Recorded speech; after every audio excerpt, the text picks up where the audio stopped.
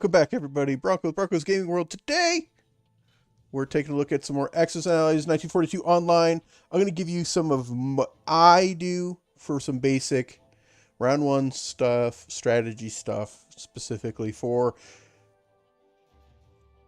the Soviet Union and Germany. Just kind of giving some players some ideas and kind of how the two strategies kind of gel against each other. Stuff that I do when I'm playing a game against a live opponent, and also against the AI. I mean, the AI is kind of doofy, but it's still kind of fun to play against, especially when you're trying to test some strategies and stuff.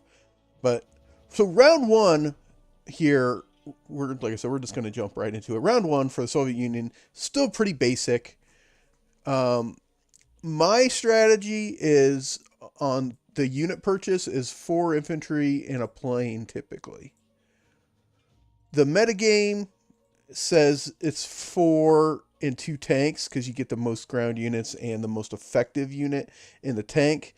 The tough part is tanks just tend to sit around a lot for the Soviet Union because you don't want to risk them, especially since in turn one you're going to probably lose all of your tanks here in Ukraine, because you're going to, as I'm going to go into and kind of as I talked about in the first turn UK video, you're going to go after Ukraine here, and you have to, in my opinion, make sure this bomber dies. He just has got to go, so you got to make sure that he goes away.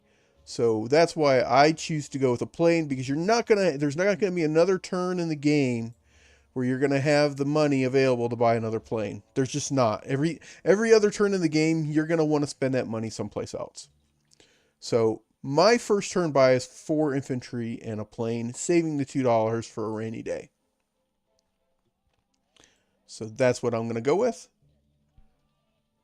Now your combat moves, everybody in every video you're going to see is going to tell you to go with the 12-9, and I agree. There is no other move that the Soviet Union can do in turn one that's going to be more effective, do more for your overall survivability and strategy than your... I messed that up. He's going to go there. Than the 12-9. You're going to move all your guys from Karelia, your 2 guys from Archangel, and all of your ground units from Russia proper into West. You're going to go after West right here. You're going to overwhelm them. They don't have enough to survive.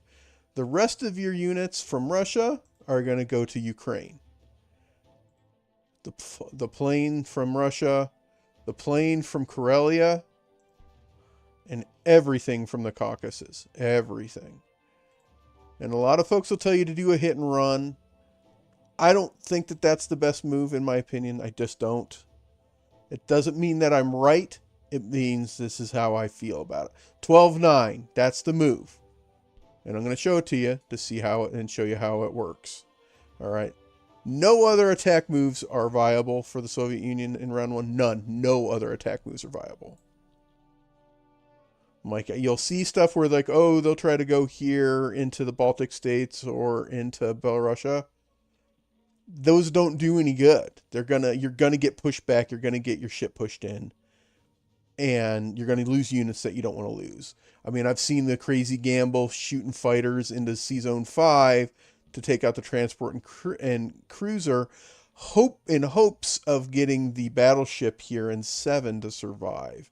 But the cost is so great for the Soviet Union, because there is a very high chance that you'll lose at least one, if not both, of your fighters in that exchange. It's not worth it. The fighters for the Soviet Union are paramount to the defense of the Soviet Union. You must keep them alive. Do not let them die. Do not risk them for anything. They will be what keeps you alive at the end of the day. I promise you that. So we're going to take a look and see how our battles here in West Russia and the Caucasus go. No other battles are on the board in round one for the Soviet Union. No other ones. 0. None.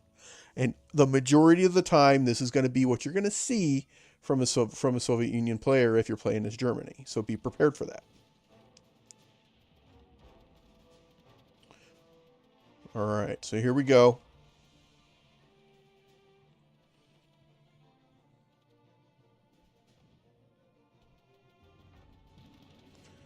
Three hits.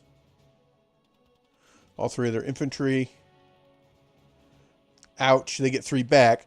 That's tough. Ideally, you want to come out of there with 6 infantry on the ground. So that means I can't take another hit here. None, 2. So we finish it. Yeah, ideally 6. So let's hope they don't get any more.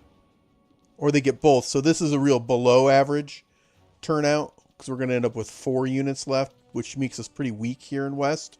But it's fine. It's not going to kill us.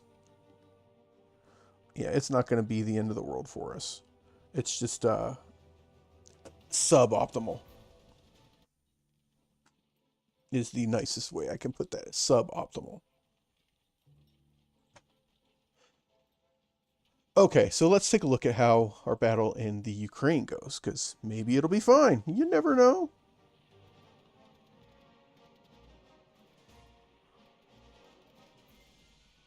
Yeah, you never know.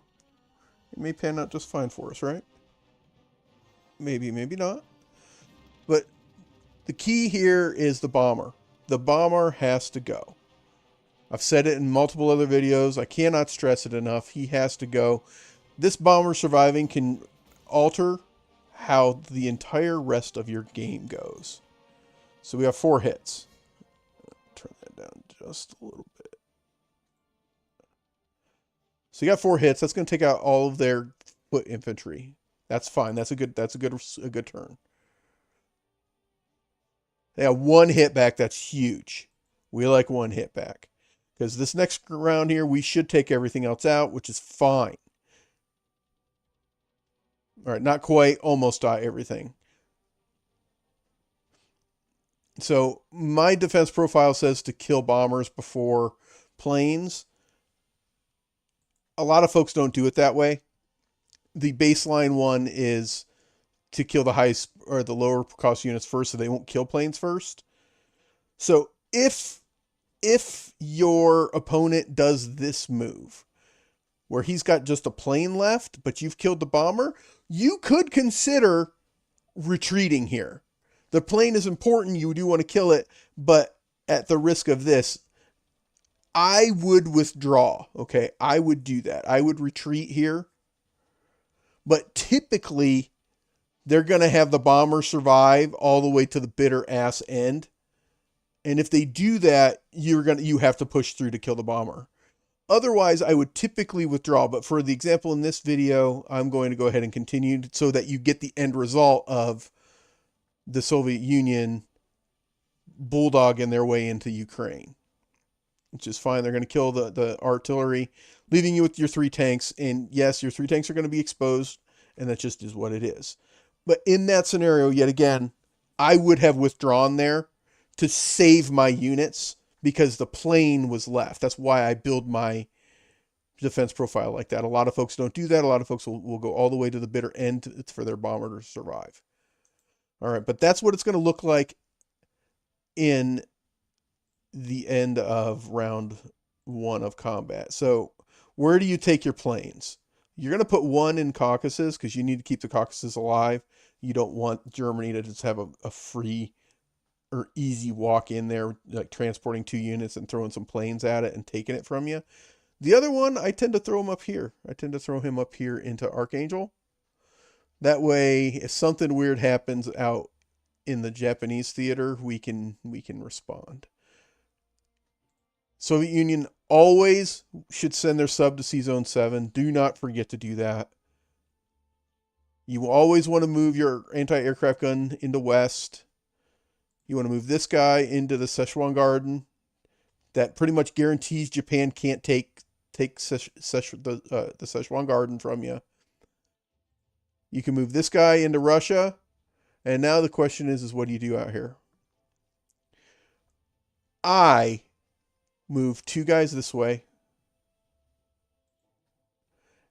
and retreat here and consolidate my forces here at, was it Yakut, I think?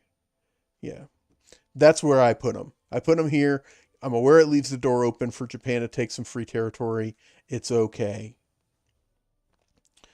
That's how I do it. That's the move I do. Every once in a while, I might take this guy and throw him here. But typically, this is a safe, solid start for a Soviet Union turn. That's what I would do for round one in the Soviet Union. And now you're looking at deploying. So let's look at where we would go. So this is pretty simple.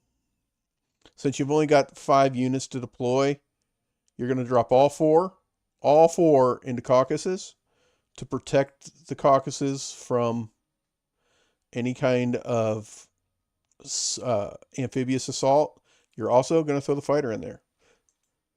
It's fine for Russia to have nothing in it. Oh, excuse me. I have to do 3. I can't do all 4. I'm going to do 3 dudes here. 3. And 1 fighter here.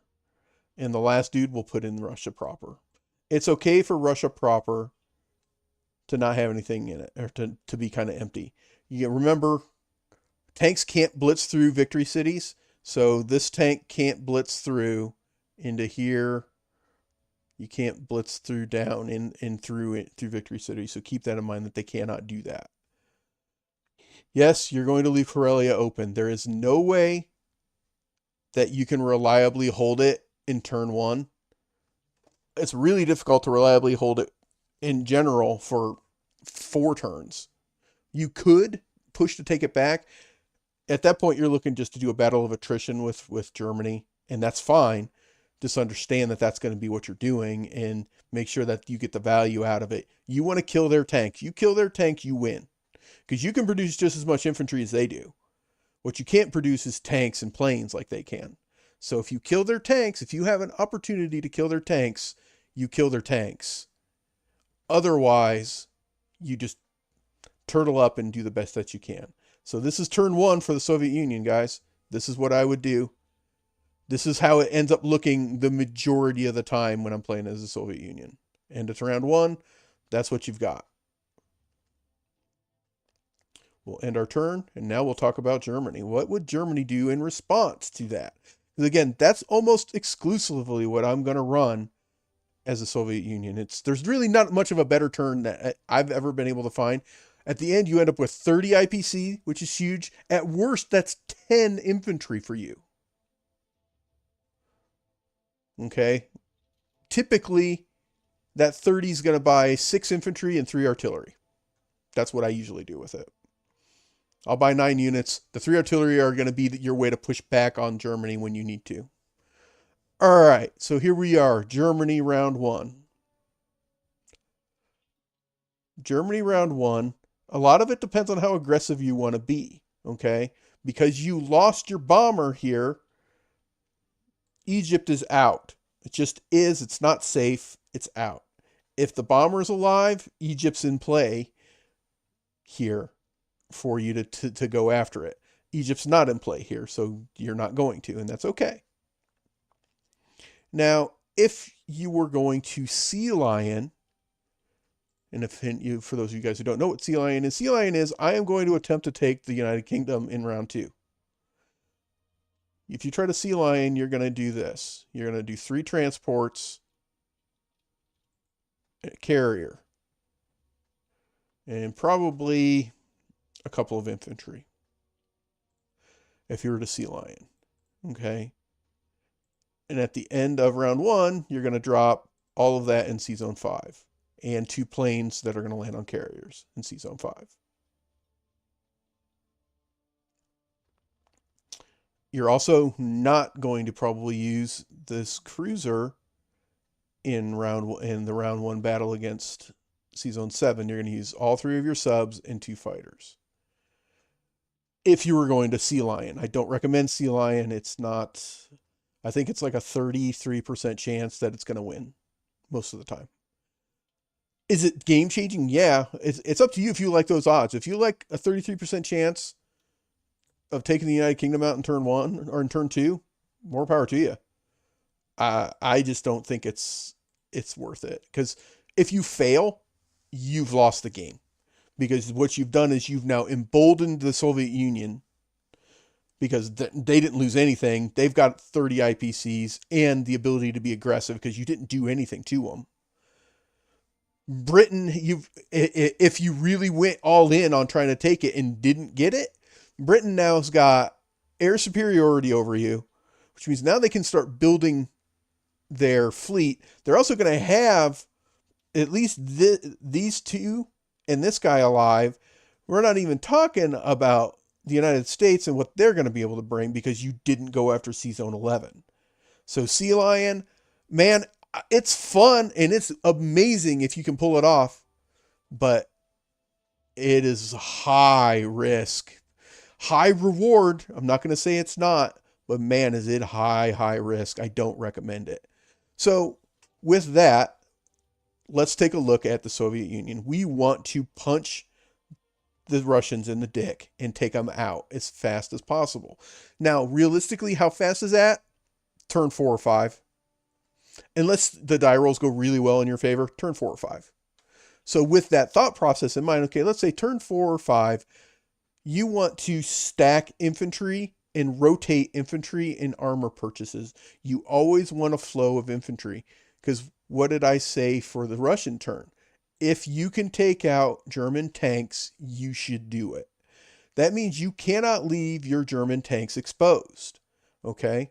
So you have to have a meat shield of infantry to soak up all the shots that are going to come at them from any kind of Russian attack. So my first turn buys typically are going to be 7 infantry, 2 artillery to make them a little more combat effective, and I'm going to replace my bomber. That's my first turn German purchase.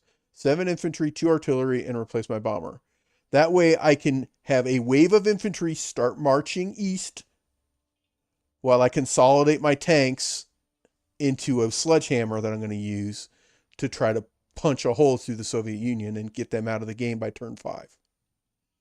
Ideally turn 4, but most likely turn 5.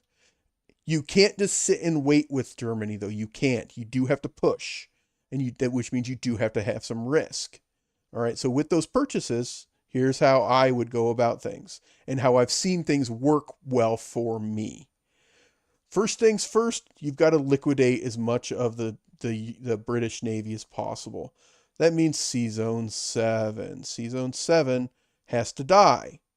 Now, Sea Zone 7 has to die, which means I'm going to send my cruiser here.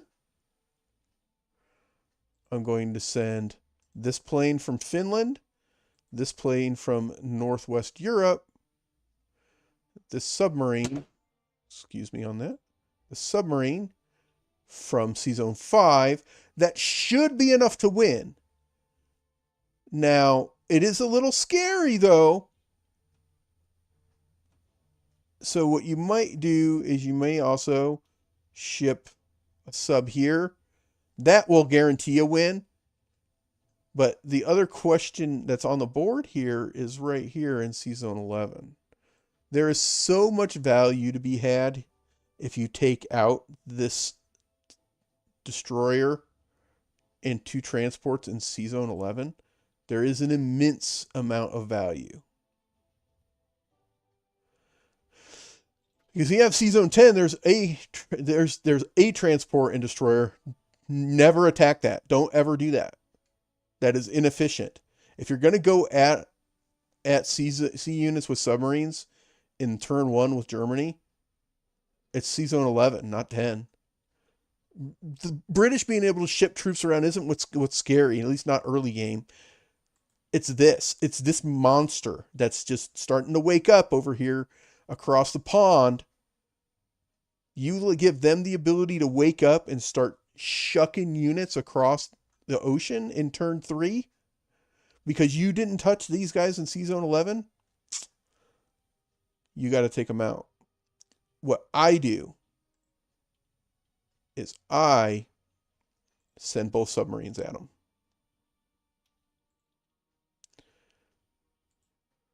And it is a slight gamble. But I send both submarines here. The slight gamble is C Zone 7. It should be enough here to kill. All you really care about killing is the battleship. But those 4 units should be enough to take out C Zone 7. These guys have a real good shot of taking out C Zone 11. That's how you handle, in my opinion, how you handle the Atlantic. There is a chance it doesn't work. Sometimes you roll really poorly and a battleship somehow survives. My video from last week showed that. I rolled really bad and they survived. There isn't a whole lot of other options that the Germans have. The only other options is to send these subs into C Zone 7. I think killing the transports and destroyer in C Zone 11 is paramount to Axis winning the game. It eliminates any kind of kill Japan first strategies.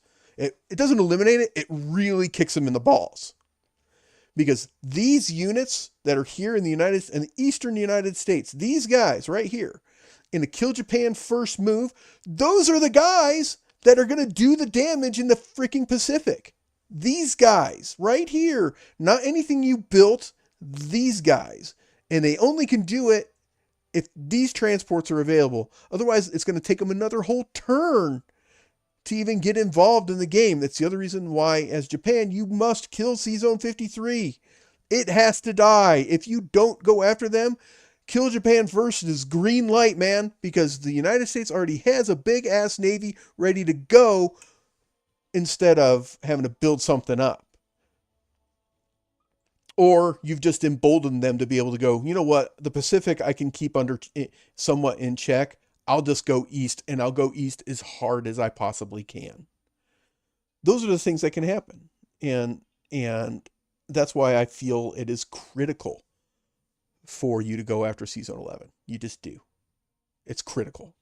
So anyways, those are the first turn moves in the Atlantic. Now, you obviously are going to take Karelia. So,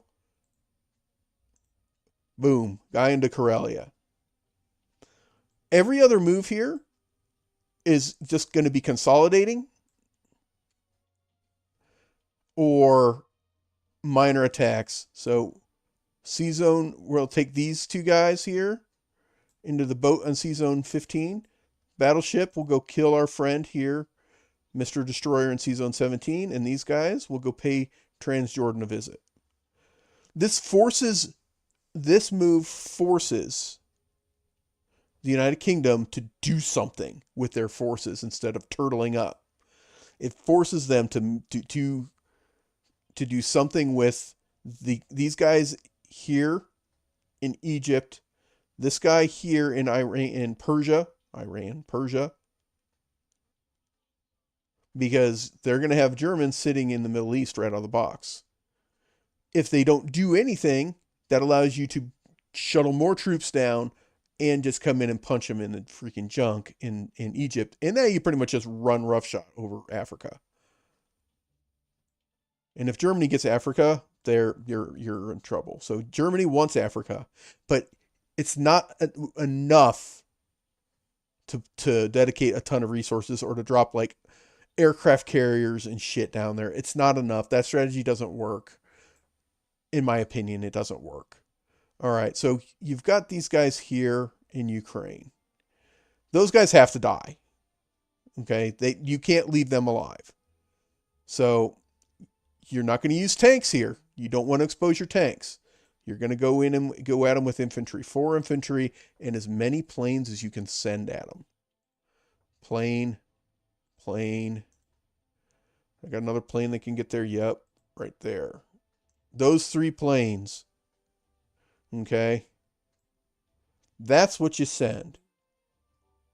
And you should take them out. All right. Those are my combat moves for turn 1. Those are it. The rest of them are going to be non-combat. Those are the only combat moves I make in turn 1. Everything else is going to be over-aggressive most of the time. Now, if somehow Ukraine survived, like you've got something here, West is wide open, even Caucasus are open. But again, typical strategy, especially against what I do, you're going to see something like this most of the time. So you're going to push here against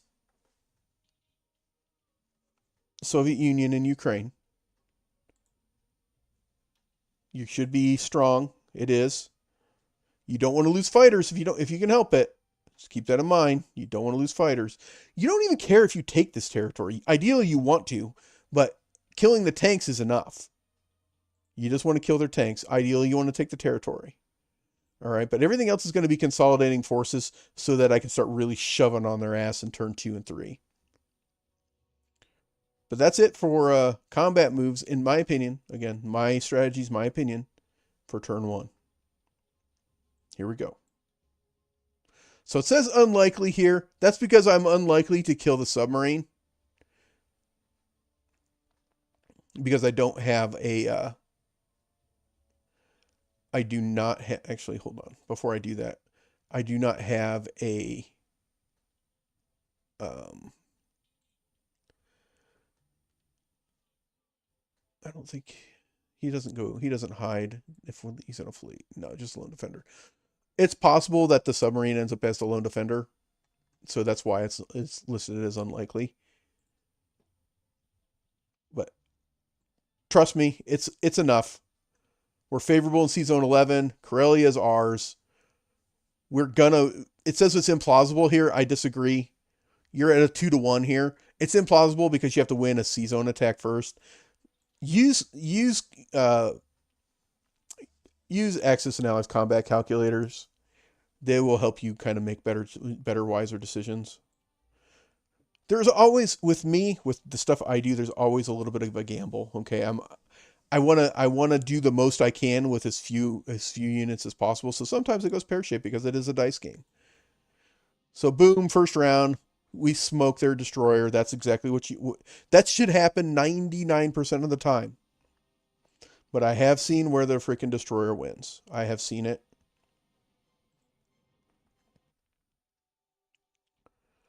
All right. So now we're going into Transjordan. We're at a 2-1 shot here. We should win this. Nope. They'll get a hit. Nope. 2-1 shot. We should get this. There it is. Odds are you're not going to have both units, but every once in a while you get away with it. Just like now, we got away with it.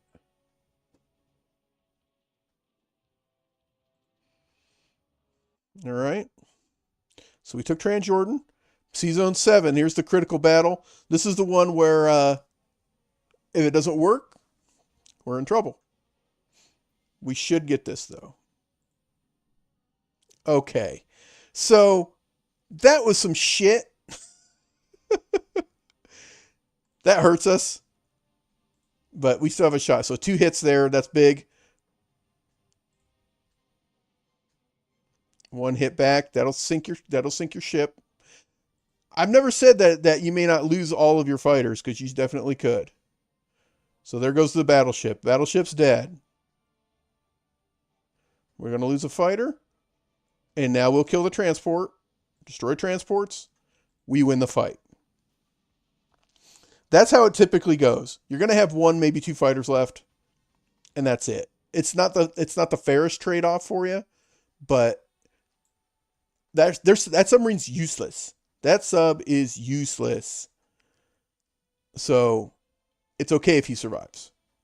But what he is there for is that if that cruiser gets a hit, that cruiser's got a shot to, or the sub or the cruiser get a hit, he can take a damage for you. So here we go. Sea Zone 11. Sea Zone 11 is critical. We got to get it. There it is. We got it.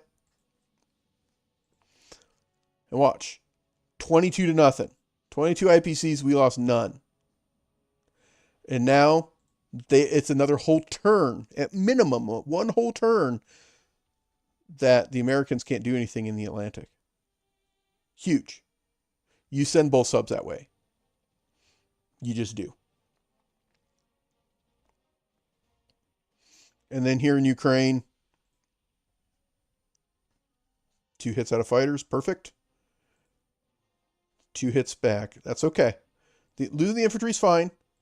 We're making more. This is why we built 7. That's why we did it. Here we go. Down they go. They got 1 back. We'll have 1 guy. That's fine.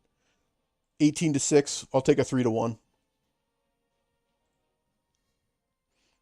All right. That is combat in round 1 from Germany. This is what I would recommend in turn 1. Now we're on the non-combat. We won every one of them, by the way. Every combat we won. Okay, so now you want to put your fighters someplace. You want to consolidate your fighters.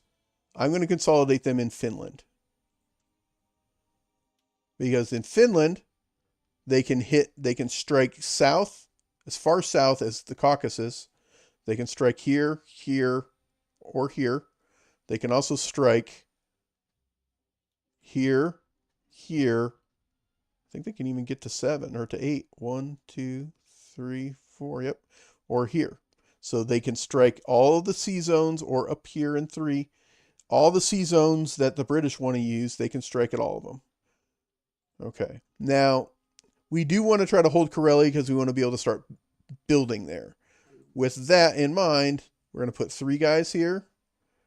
We're going to pick up a pair from Germany, and we're also going to drop them there. So now there's 6 guys there.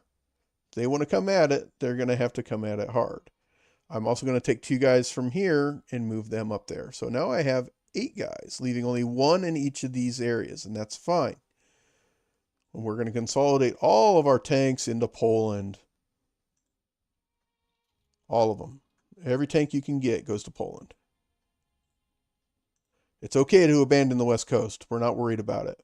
I do recommend leaving something in France so that you don't give a free 6 IPCs to Britain. So I recommend like doing something like this, moving a guy there. It's okay if they want to drop a guy in Northwest, that's fine. We don't care about that.